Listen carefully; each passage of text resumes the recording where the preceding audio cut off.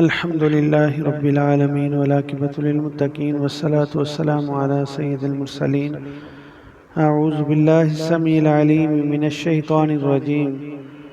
بسم الله الرحمن الرحيم. ليس البر أن تولوا وجوهكم قبل المشرق والمغرب ولكن البر من آمن بالله واليوم الآخر والملائكة والكتاب والنبيين وآتى المال على حبه ذوي القربى واليتامى والمساكين وابن السبيل والسائلين وفي الرقاب وأقام الصلاة وآتى الزكاة والموفون بعهدهم إذا عاهدوا والصابرين في البأساء والضراء وحين البأس أولئك الذين صدقوا وأولئك هم المتقون.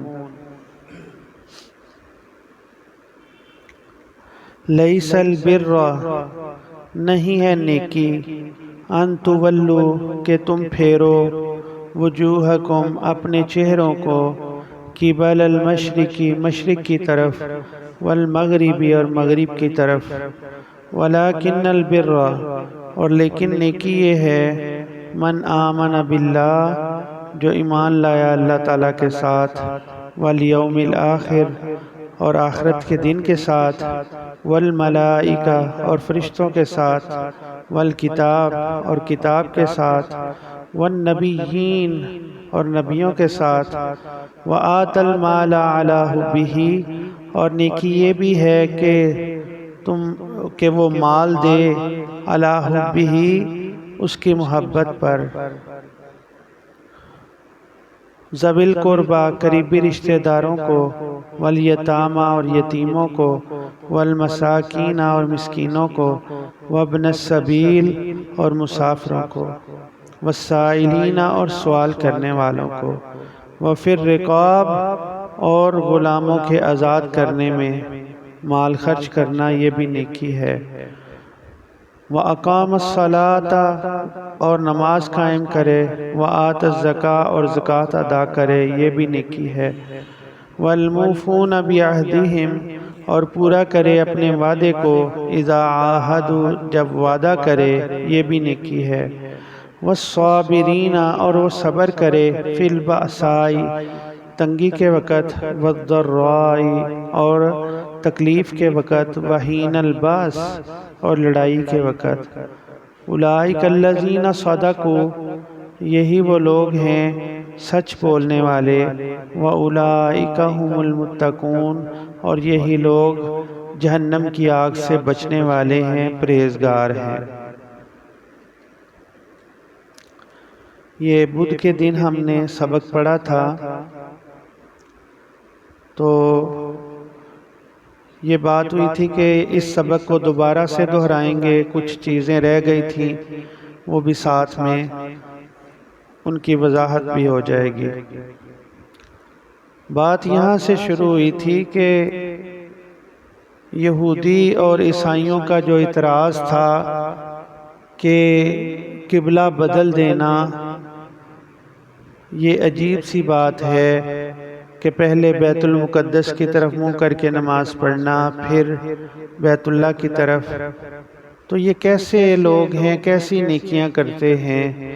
مسلمان بھی کچھ نئے مسلمان شک میں مبتلا ہو گئے، تو اللہ تعالیٰ نے یہاں یہ ارشاد فرمایا کہ یہ نیکی نہیں کہ مشرق یا مغرب کی طرف منہ پھیرا جائے، بلکہ نیکی یہ ہے کہ من آمن باللہ اللہ پہ ایمان لانا، آخرت کے دن پہ ایمان لانا، فرشتوں، کتابوں اور نبیوں پہ ایمان لانا، یعنی جو ان کا حکم ہے وہ مان لینا اور اس پہ یقین کر لینا، یہ اصل میں نیکی ہے۔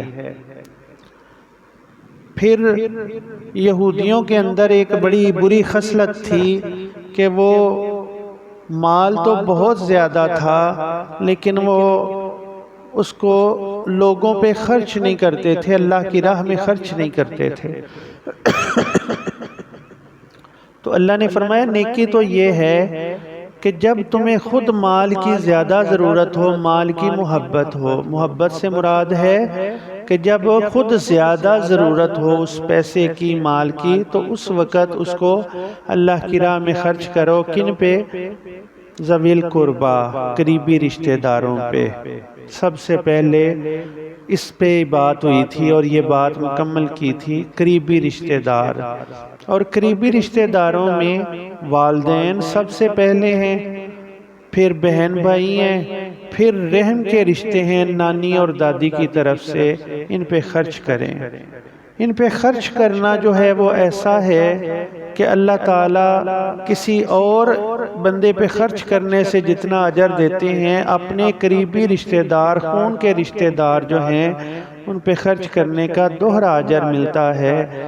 ایک تو اللہ کی راہ میں خرچ کرنے کا، دوسرا صلہ رحمی کا۔ ان میں سب سے پہلے ذوی القربا، قریبی رشتہ دار۔ پھر فرمایا والیتاما، اور یتیموں پہ خرچ کرو۔ یتیم کون ہے؟ جس کے ماں باپ یا ان میں سے کوئی یا باپ چلا جائے اور وہ بلوغت کو نہ پہنچا ہو، بالغ نہ ہو۔ جب بالغ ہو جاتا ہے تو یتیمی ختم ہو جاتی ہے، یعنی ماں باپ تو فوت ہو چکے ہوتے ہیں، لیکن جب بندہ بالغ ہو جاتا ہے تو اس وقت یتیمی ختم ہو جاتی ہے۔ یتیمی اس وقت تک ہے جب تک بلوغت نہ ہو۔ تو یتیموں پہ خرچ کرو۔ یتیموں پہ خرچ کرنا، یتیموں کی کفالت کرنا، ان کے ساتھ اچھا برتاؤ کرنا، یہ بہت بڑی بات ہے۔ اللہ کے نبی صلی اللہ علیہ وسلم کی وہ بڑی مشہور حدیث کہ آقا علیہ السلام نے فرمایا، جو یتیم کی کفالت کرتا ہے، یعنی یتیم پہ خرچ کرتا ہے، اس کی پرورش میں خرچ کرتا ہے، میں اور وہ ایسے ہوں گے جیسے یہ دو انگلیاں اکٹھی ہیں، اتنی قریب ہیں۔ کل قیامت کے دن ہم اس طرح اتنے قریب ہوں گے، جنت میں یا قیامت کے دن۔ اللہ اکبر۔ تو یتیم، اس پہ خرچ کرنا، اور اگر اس کے ساتھ زیادتی کی جائے، یعنی جو کچھ اس کا ہے وہ بھی ہڑپ کر لیا جائے، تو اللہ تعالیٰ نے تو وہ قرآن میں ارشاد فرما دیا، ان الذین یأکلون اموال الیتامی ظلما انما یأکلون فی بطونہم نارا۔ جو بھی اس طرح زیادتی کرتے ہوئے، ظلم کرتے ہوئے کسی یتیم کا مال کھا جاتا ہے تو وہ کچھ اور نہیں کھا رہا، اپنے پیٹ کے اندر جہنم کی آگ بھر رہا ہے وہ۔ اللہ اکبر۔ اس کے بعد فرمایا والمساکین، مسکین، ان کے اوپر خرچ کریں۔ اللہ اکبر۔ مسکین کی پہلے ذرا ڈیفینیشن، یعنی اس کی تعریف سن لیں۔ مسکین کون ہے؟ یہ پہلے بھی بتا چکا ہوں، لیکن پھر سبق کے اندر یاد دہانی کہ وہ مسکین کہ جو دکھنے میں بھی صحت مند، تندرست لگتا ہے بھی وہ تندرست، محنت مزدوری بھی کرتا ہے، لیکن ہوتا کیا ہے کہ اس سے اس کی پوری نہیں پڑتی۔ ایسے لوگ جو ہیں وہ مسکینوں کے درجے میں شامل ہوتے ہیں۔ تو ایسے لوگوں کی خدمت کرنا، ان کو دینا، صدقہ ہو، زکوٰۃ ہو، یہ دینا جو ہے یہ کوئی حرج نہیں ہے اس میں۔ اور ان کو دینے والا، یعنی اب وہ سفید پوش ہے، لوگ سمجھتے ہیں کہ اس کو ضرورت کوئی نہیں، لیکن حالانکہ وہ ضرورت مند ہوتا ہے، اس کی ضرورت پوری نہیں ہو رہی ہوتی۔ تو اللہ کے نبی صلی اللہ علیہ وسلم، صفوان بن سلیم رضی اللہ عنہ بیان کرتے ہیں کہ رسول اللہ صلی اللہ علیہ وسلم نے فرمایا، کوئی بیوہ یا مسکین کی خدمت کرنے والا ایسے ہے جیسے کہ بندہ اللہ کی راہ میں سارا دن جہاد کے لیے نکلا ہوا ہے نا، دن رات مسلسل اللہ کی راہ میں جہاد، کافروں سے لڑ رہا ہے۔ جس طرح مجاہد کو ثواب ملتا ہے نا، اس طرح مسکین اور بیوہ کی خدمت کرنے والا اس کو ملتا ہے۔ بلکہ ایک اور حدیث میں ہے آقا علیہ السلام نے فرمایا وہ ایسے ہے جیسے وہ پورا سال روزے رکھ رہا ہے، دن کو اور رات کو قیام کر رہا ہے، قرآن پڑھ رہا ہے اور قیام کر رہا ہے، یعنی نفل نوافل پڑھ رہا ہے۔ جتنا روزے رکھنے والے کو اور قیام کرنے والے کو ثواب ملتا ہے، اس طرح مسکین اور بیوہ کی خدمت کرنے والے کو ثواب ملتا ہے۔ بہت بڑی بات ہے۔ پھر ابو ہریرہ رضی اللہ عنہ کی ایک حدیث ہے کہ وہ فرماتے ہیں کہ رسول اللہ صلی اللہ علیہ وسلم نے فرمایا مسکین وہ نہیں جو لوگوں سے مانگتا پھرتا ہے اور کوئی اسے ایک یا دو لقمے یا ایک یا دو کھجوریں دے دیتا ہے۔ صحابہ نے عرض کیا اللہ کے نبی صلی اللہ علیہ وسلم مسکین کون ہے؟ تو اللہ کے نبی صلی اللہ علیہ وسلم نے فرمایا مسکین وہ ہے جس کے پاس نہ تو اس قدر مال ہے جو اس کی ضرورت کے لیے کافی ہو، نہ ہی اس کی محتاجی کے بارے میں کسی کو علم ہو کہ اس کو صدقہ دیا جا سکے، اور وہ لوگوں سے کسی چیز کا سوال بھی نہیں کرتا، حالانکہ وہ ضرورت مند ہوتا ہے لیکن وہ لوگوں سے سوال نہیں کرتا۔ ایسا بندہ مسکین ہے۔ آگے فرمایا اللہ تعالیٰ نے قرآن میں وَابْنَ السَّبِيلِ مسافر۔ اب مسافر جو ہے یہ تو آج کل ایک پیشہ بھی لوگوں نے بنا لیا ہے جی، ہم جو ہیں سفر میں ہیں اور ہماری جیب کٹ گئی ہے یا پیسے ختم ہو گئے ہیں، لیکن انہوں نے جو حقدار تھے ان کا حق بھی مار لیا۔ مسافر چاہے جتنا بھی امیر ترین ہو، اگر اس وقت اس کی ضرورت کوئی بندہ پوری کر دیتا ہے سفر میں، یعنی اس کو ضرورت پڑ گئی ہے، پیسے ختم ہو گئے ہیں، کھانے کے لیے کچھ نہیں ہے، اگر بندہ اس کو کچھ دے دیتا ہے صدقہ اور زکوٰۃ بھی اس کو دیا جا سکتا ہے، یعنی مسافر کو، چاہے وہ لاکھوں کروڑوں اربوں پتی ہی کیوں نہ ہو، لیکن آج کل جو ہے وہ پہچاننا بڑا مشکل ہو گیا ہوا ہے۔ والسائلین، اور سوال کرنے والے۔ اب آگے ہیں وہ لوگ جو سوال کرتے ہیں۔ سوال کرنے والے تو بہت سارے لوگ ہوتے ہیں، یعنی ان کو ہم اپنی زبان میں فقیر کہتے ہیں۔ تو اللہ تعالیٰ نے ویسے ان کے بارے میں فرمایا کہ کچھ ایسے لوگ ہوتے ہیں جو معذور، بیمار، یا ان کو کافروں نے کسی وجہ سے نظر بند کر دیا ہوتا ہے، روک دیا ہوتا ہے، وہ کاروبار کوئی نہیں کر سکتے۔ جیسے کہ ہمارے ہاں بہت سارے مسلمان علاقوں پہ، ملکوں پہ کافروں کا قبضہ ہے اور وہ بیچارے اس وقت مشکل میں ہیں، فلسطینی ہیں، کشمیری ہیں، اس طرح کے لوگ۔ لیکن بہت سارے جو بیمار، لاغر اور معذور ہیں وہ فقیر ہیں، یعنی وہ زمین پہ چھل پھر کے محنت مزدوری نہیں کر سکتے، تو ان کو بھی دینا چاہیے۔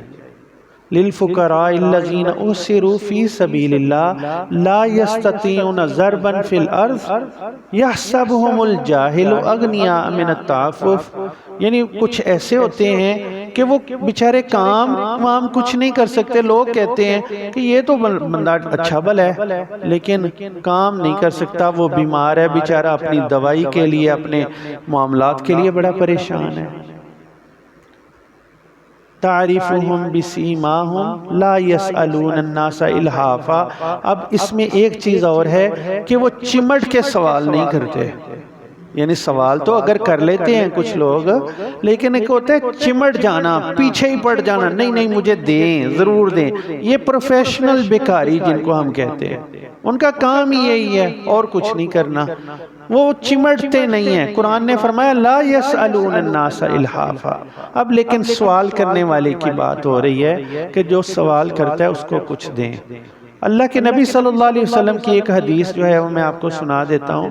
آقا علیہ السلام نے فرمایا کہ سوال کرنے والا اگر گھوڑے پہ بھی سوار ہو کے آئے نا تو وہ آپ سے سوال کرے تو اس کو دے دیں، یعنی جس کے پاس اپنی سواری ہے، گھوڑا ایک اس وقت قیمتی چیز تھی، آج بھی ہے، تو وہ اگر گھوڑے پہ چل کے آتا ہے آپ سے سوال کرتا ہے تو آپ اس کو دیں۔ وَأَمَّا السَّائِلَ فَلَا تَنْهَرْ، قرآن مجید کی سورہ والضحیٰ کے اندر ہے کہ سوال کرنے والے کو ڈانٹے نہ، ہمارے ہاں رویہ تھوڑا مختلف ہو جاتا ہے. کچھ لوگ تو ویسے ہی وہ پیچھے پڑ جاتے ہیں نا، تو پھر جان چھڑانے کے لیے کچھ بندے، لیکن کوشش کریں کہ ڈانٹ کے انداز میں نہیں، بس ویسے کہہ دیں جی ٹھیک ہے بھائی، نہیں، اللہ بھلا کرے آپ کا، جائیں آپ. وَأَمَّا السَّائِلَ فَلَا تَنْهَرْ، ہر سوال کرنے والے کو ڈانٹے نہ.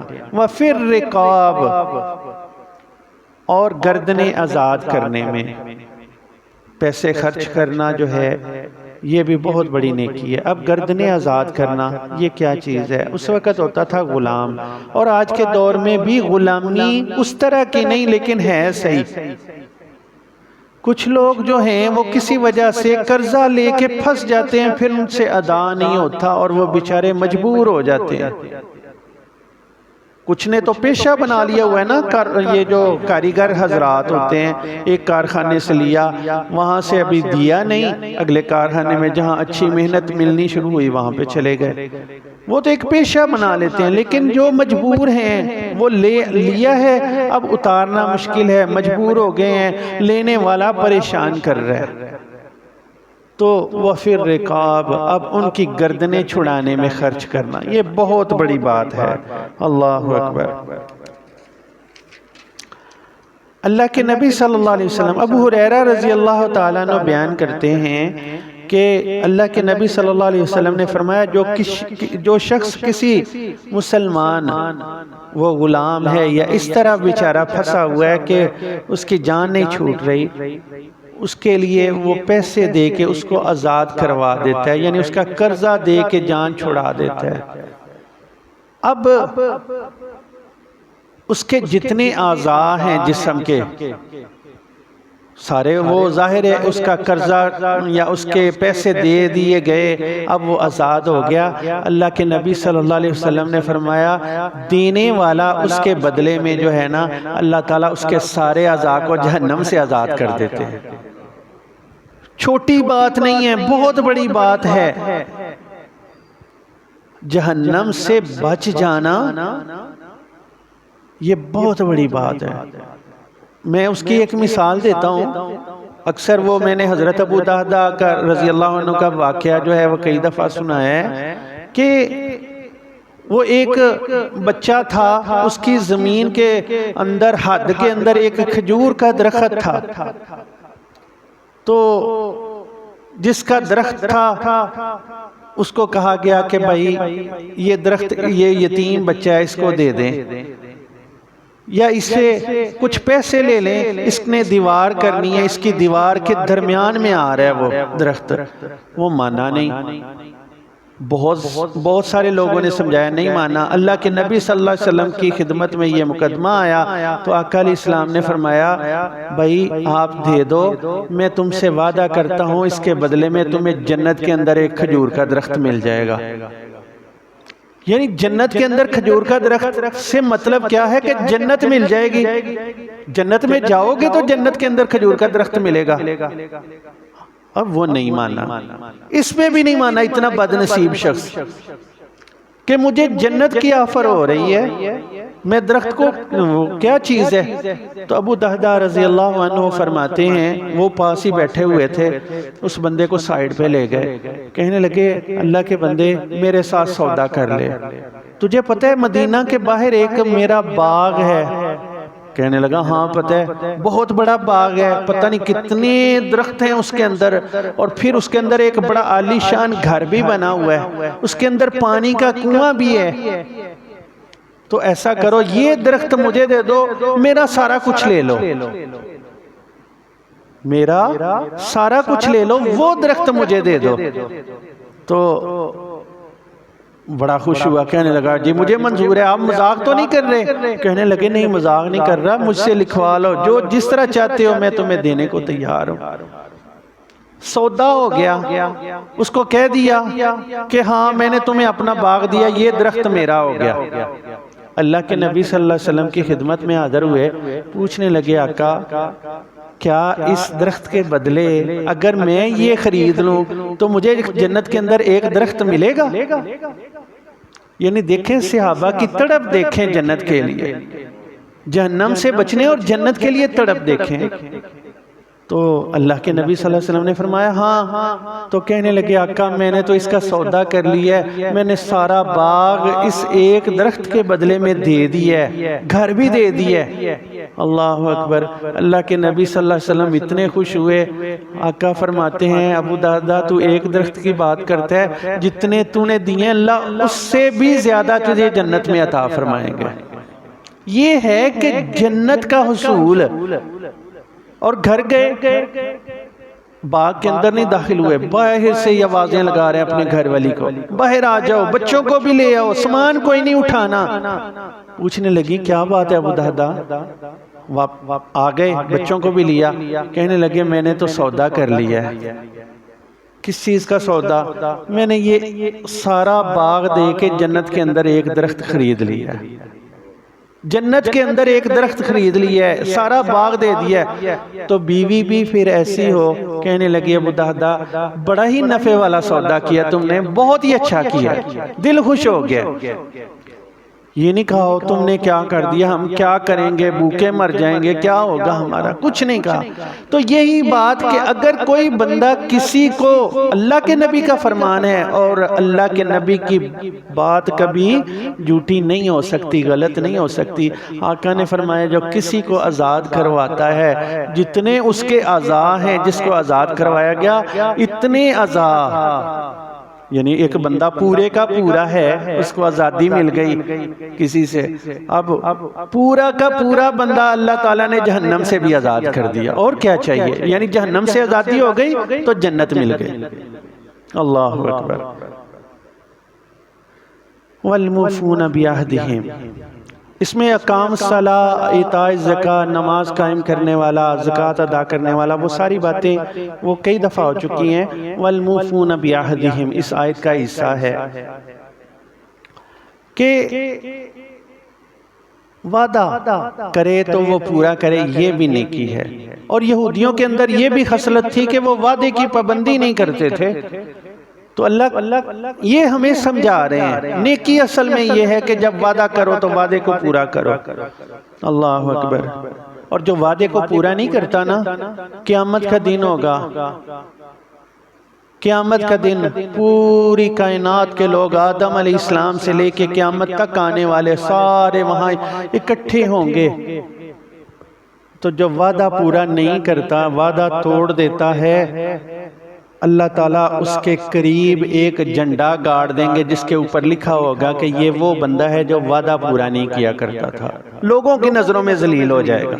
اللہ اکبر. دوسرا وہ بات آپ کئی دفعہ سن چکے ہیں، اللہ کے نبی صلی اللہ علیہ وسلم نے فرمایا منافق کی 4 نشانیاں ہیں. ان میں ایک یہ ہے کہ وہ وعدہ کرتا ہے تو پورا نہیں کرتا. یعنی اگر ایک یہی کافی ہے، یہی بات کہ اگر وعدہ پورا نہ کرے تو نفاق شامل ہو جاتے ہیں، منافقوں میں شامل ہو جاتے ہیں. آج میں نا ایک ڈاکٹر اسرار احمد کی ایک گفتگو سن رہا تھا، بات لمبی ہو رہی ہے. انہوں نے کہا بڑی اچھی بات تھی، یہ سمجھنے والی ہے ہمارے لیے. فرمانے لگے کہ یہ جو ہم پاکستان کے اوپر، پاکستان کے اندر رہنے والے لوگ دن بدن پریشانیوں میں مبتلا ہیں. ہماری پریشانیاں ختم نہیں ہو رہی، حکمران اچھے نصیب نہیں ہو رہے، ہمارے دن بدن حالات بگڑتے جا رہے ہیں، صحیح نہیں ہو رہے، بگڑتے جا رہے ہیں. وجہ کیا ہے؟ یہ اللہ کا عذاب ہے. کس چیز کا؟ کہ جب پاکستان لیا تھا تو ہم نے یہ اللہ سے وعدہ کیا تھا یا اللہ یہ لا الہ الا اللہ محمد الرسول اللہ پہ ہم پاکستان بنا رہے ہیں. بڑوں نے یہی نعرہ لگایا تھا نا، پاکستان کا مطلب کیا؟ لا الہ الا اللہ محمد الرسول اللہ. یعنی ایک اللہ کی عبادت کریں گے اور طریقہ ہمارا زندگی گزارنے کا وہ محمد صلی اللہ علیہ وسلم والا ہوگا. انہوں نے کہا دیکھو اللہ سے وعدہ کر کے وعدہ توڑ دیا، نہ لا الہ الا اللہ پہ پورا اترے، نہ محمد الرسول اللہ پہ پورا اترے. تو یہ تو ہم ہو گئے منافق. تو منافق کو تو کافر سے بھی زیادہ عذاب ملتا ہے. کافر کو جو عذاب ملتا ہے نا، منافق اس سے بھی نچلے درجے میں جاتا ہے. تو ہم پہ عذاب کیوں؟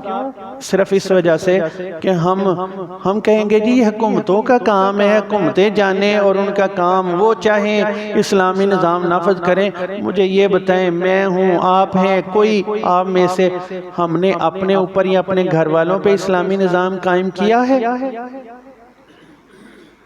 میرا اپنے گھر والوں پہ زور نہیں چلتا، آپ کا نہیں چلتا. کوئی نہ کوئی ہماری اولاد میں سے، کوئی نہ کوئی ہمارے بہن بھائیوں میں سے ایسا ہے جو نہیں مانتا ہماری بات. اگر ہم خود پہ، اپنے گھر والوں پہ ہی صرف اسلام کو نافذ کر لیں، بہت سارے گھر اس طرح بہتر ہو سکتے ہیں. اور جب کوئی بندہ اللہ اور اللہ کے رسول کی طرف آ جاتا ہے تو اللہ فرماتے ہیں جو میری طرف آتا ہے میں تو اس کی طرف آگے بڑھ کے آتا ہوں، دوڑ کے آتا ہوں. تو جس کے ساتھ اللہ ہو اس کو کس چیز کا غم، کس چیز کی پریشانی ہو سکتی ہے؟ یہ ہے وَأَوْفُوا بِالْعَهْدِ، ہم نے وعدہ توڑ دیا ہے اور ہم اس وعدے پہ پورا نہیں اتر رہے. وَالصَّابِرِينَ فِي الْبَأْسَاءِ وَالضَّرَّاءِ وَحِينَ الْبَأْسِ، اور نیکی یہ ہے تنگی آ گئی، تکلیف آ گئی، لڑائی کا وقت ہے، تب بھی لڑائی کافروں کے ساتھ ہماری تو اس وقت مسلمان آپس میں لڑ رہے ہیں، لیکن تنگی اور تکلیف کے وقت میں بھی ہم سے صبر نہیں ہو رہا. ہم کہتے ہیں جی پتہ نہیں کیا ہو گیا، ہم نے کون سا گناہ کر لیا کہ ہمارے اوپر یہ سارے حالات ہونے. صبر نہیں، صبر کریں گے تو پھر ان اللہ مع الصابرین، اللہ نے خود فرمایا نا جو صبر کرنے والے میں ان کے ساتھ ہوں. تو جن کے ساتھ خود اللہ ہو ان کو کیا پریشانی ہو سکتی ہے؟ لیکن ہمارے اندر صبر نہیں ہے. تنگی بھی آئے، تکلیف بھی آئے تب صبر کریں، مشکل حالات ہیں تب صبر کریں. اللہ تعالیٰ فرماتے ہیں اولئک الذین صدقوا، یہی لوگ سچے ہیں، واولئک هم المتقون، اور جہنم سے بچنے والے بھی یہی لوگ ہیں. اب ایک آیت کے اندر اللہ تعالیٰ نے پورے ہمیں ایمان کے بارے میں اور اسلام کے بارے میں سمجھا دیا. صرف ایک آیت پہ عمل کر لیں تو ہم پکے سچے مسلمان اور مومن بن سکتے ہیں. اللہ ہمیں سمجھ عطا فرمائے. سبحانک اللہم و بحمدک، اشہد ان لا الہ الا انت، استغفرک و اتوب الیک.